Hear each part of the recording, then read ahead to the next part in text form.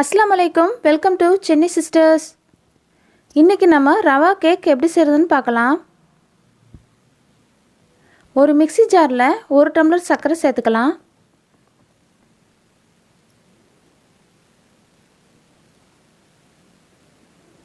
ஒரு டம்ளர் பால், இது நல்லா காய்ச்சி ஆற வச்ச பால், இதே இந்த மிக்ஸி ஜாரில் சேர்த்துக்கலாம். 1/2 டம்ளர் புளிப்பில்லாத கெட்டியான தயிராக எடுத்துக்கிறோங்க. இது எல்லாமே நல்லா நம்ம ஃபைனாக அரைச்சி எடுத்துக்கணும். திட்டு திட்டாக எதுவும் இல்லாமல் நம்ம நல்லா இதை ஃபைனாக அரைச்சி எடுத்துக்கலாம். இந்த அளவுக்கு நல்லா இதை அரைச்சி எடுத்துக்கணும். இப்போ இதை ஒரு பாத்திரத்தில் சேர்த்துடலாம். 1/2 டம்ளர் சன்ஃப்ளவர் ஆயில் எடுத்திருக்கேன், அதை இப்போ இதில் சேர்த்துக்கலாம். சேர்த்துட்டு கொஞ்சமாக இதை நம்ம கலந்து விட்டுடலாம். லைட்டாக கொஞ்சம் கலந்து விட்டுட்டு இப்போ 1 டம்ளர் ரவை எடுத்திருக்கேன், அதை இப்போ இதில் சேர்த்துக்கலாம்.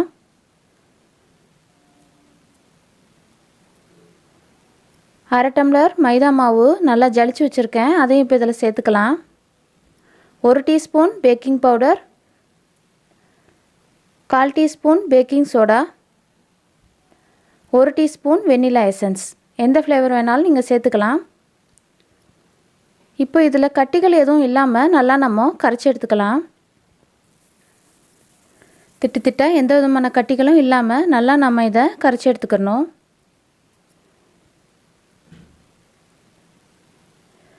நல்லா கரைச்சி எடுத்து இந்த அளவுக்கு இது சரியாக இருக்கணும். இந்த அளவில் இருந்தால் தான் கேக் நமக்கு சரியாக இருக்கும். இப்போ இது ஒரு 15 நிமிஷம் போல் இருக்கணும். இப்போ குக்கரில் 1/2 இன்ச் மண் அளவுக்கு சேர்த்துட்டு ஒரு ஸ்டாண்டு வச்சிடலாம். வச்சுட்டு நாம் இதை ஒரு 15 நிமிஷம் ப்ரீஹீட் பண்ணிடலாம். அதுக்குள்ளே நமக்கு ரவையெல்லாம் நல்லா ஊறி வந்துடணும். கேஸ்கெட் விசில் எதுவும் சேர்க்காமல் இந்த குக்கர் மூடியை மூடி வச்சு ஒரு 15லேருந்து 20 நிமிஷம் போல் நாம் இதை ப்ரீஹீட் பண்ணி வச்சிடலாம். குறைவான தீயிலே வச்சு ப்ரீஹீட் பண்ணிடலாம். ஒரு பாத்திரத்தில் எண்ணெய் அப்ளை பண்ணிவிட்டு பட்டர் பேப்பரை உள்ளே சேர்த்துடலாம். சேர்த்துட்டு இந்த கேக் பேட்டரை சேர்த்துடலாம். 20 நிமிஷம் போல் ஆயிடுச்சு. நாம் இப்போ இந்த கேக் பேட்டரை உள்ளே சேர்த்துடலாம்.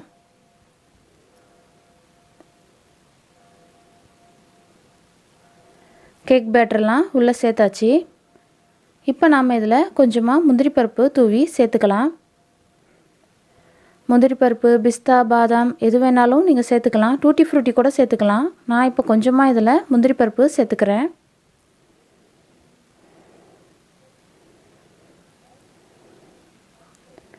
சேர்த்துட்டு இப்போ நாம் இதை குக்கரில் சேர்த்துடலாம். குக்கரை திறந்துட்டு நாம் இந்த கேக் பேட்டரை உள்ளே வச்சிடலாம். 20 நிமிஷம் போல் ப்ரீஹீட் பண்ணியிருக்கோம். இப்போ இந்த கேக் பேட்டரை உள்ளே சேர்த்துட்டு கேஸ்கெட் விசில் எதுவும் இல்லாமல் இந்த குக்கரை மூடி வச்சு குறைவான தீயில் வச்சு ஒரு 50லேருந்து 55 நிமிஷம் போல் இது ஆகும்.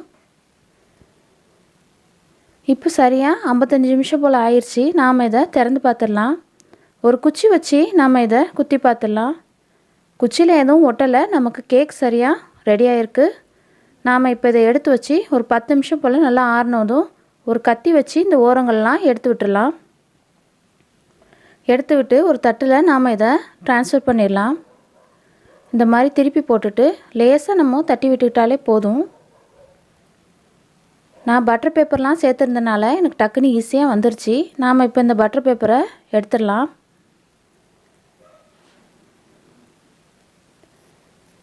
பட்டர் பேப்பர்லாம் இப்போ நம்ம ரிமூவ் பண்ணியாச்சு. இப்போ நம்ம இதை கட் பண்ணி பார்த்துடலாம். நல்லா சாஃப்டாக இருக்குது.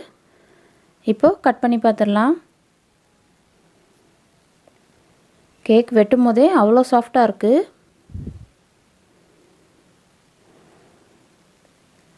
பாருங்கள் எந்த அளவுக்கு சாஃப்டாக இருக்குன்னு.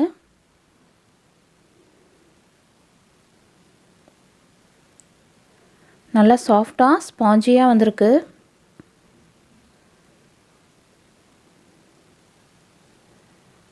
அவ்வளோதான், நம்மளுடைய ரவா கேக்கெல்லாம் சூப்பராக சாஃப்டாக ஸ்பாஞ்சியாக டேஸ்டியாக ரெடி ஆயிடுச்சு. நீங்களும் கண்டிப்பாக இந்த ரெசிபி ட்ரை பண்ணி பாருங்கள். ட்ரை பண்ணிட்டு எப்படி இருந்துச்சுன்னு கமெண்ட்டில் சொல்லுங்கள். வீடியோ உங்களுக்கு பிடிச்சிருந்துச்சின்னா சென்னை சிஸ்டர்ஸ்க்கு சப்ஸ்கிரைப் பண்ணுங்கள். பக்கத்தில் இருக்கிற பெல் ஐக்கானில் ஆளுங்கிற பெல்லை கிளிக் பண்ணிக்கிறங்க. சப்போர்ட் பண்ணுங்கள். மறந்துடாமல் லைக் ஷேர் பண்ணுங்கள். தேங்க்ஸ் ஃபார் வாட்சிங். அஸ்ஸலாமு அலைக்கும்.